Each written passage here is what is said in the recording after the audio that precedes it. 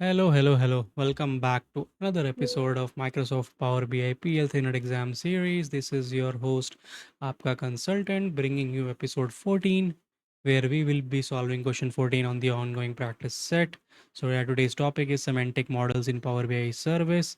And also, just want to highlight that in case you are not following this series, you can check out the playlist on this channel. The link will also pop up here so that you're not missing out on any crucial topic coming in this important exam. So, yeah, without further wait, let's begin. So here's the scenario based question 14. Imagine you are a data analyst working for a marketing agency. Your colleague has created a Power BI report that analyzes campaign performance data. This report uses an imported dataset that connects to a CSV file stored in a OneDrive folder. The dataset also includes several measures that calculate key performance indicators (KPIs).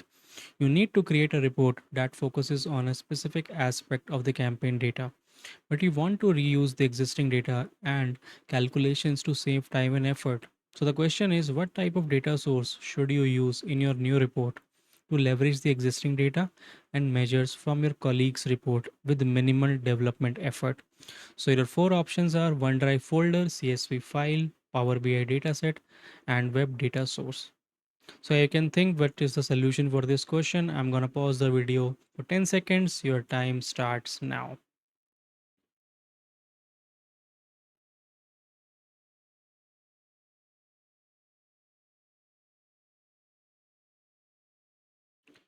So yeah, time is up. Let's see what is the solution. So it's Power BI dataset. So with the help of this data source, you can connect to your new report existing the leveraging the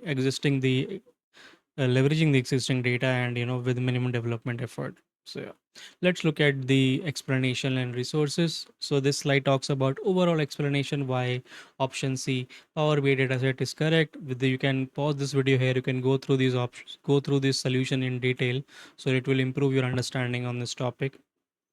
And on the next slide, it covers why other options are incorrect. What are the key takeaways specifically for this topic on semantic models in Power BI service? You can go through this slide as well. You can pause the video. So yeah, that covers the this explanation part. And coming to the resources, excuse me, I'm leveraging this course on Udemy called Microsoft Power BI Data Analyst. And also we are going to look at now the Microsoft Learn article which we will cover just now. Let me switch to the another tab where we have the learn article.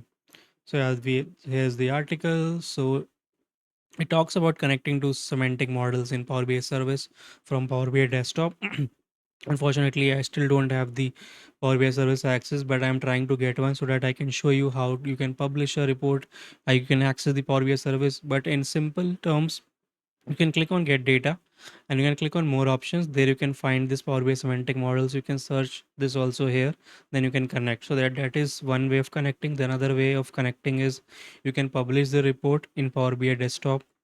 Once you publish it, you can you need, first of all, in order to publish, you need to have a work or school account right with you. Then you can sign in, then you can select your workspace, then you can publish the report. So these are the steps, then you can get a message for success. So after you publish this report, you can share it across different teams, the different pages of the reports. You can give them view access, edit access, etc. So yeah, that is on this one. And also, once you are in the Power BI service, you can go to one data.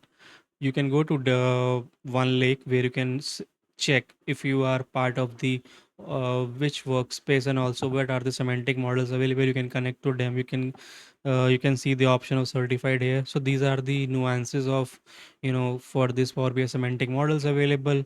And also you can see since Power BI desktop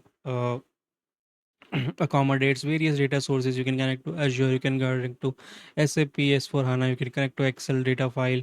So yeah, multiple data sources you can connect, and the semantic models are available in all of them once you've published the report. And also you need to go through these considerations and limitation also, so that this article covers your understanding on semantic models in Power BI service and desktop both. And so yeah, this covers the topic and the question that are coming in this exam. Hope you are liking the content and also following up with me prepare for this exam. Yeah, look forward to see you on the next video. Thank you for watching.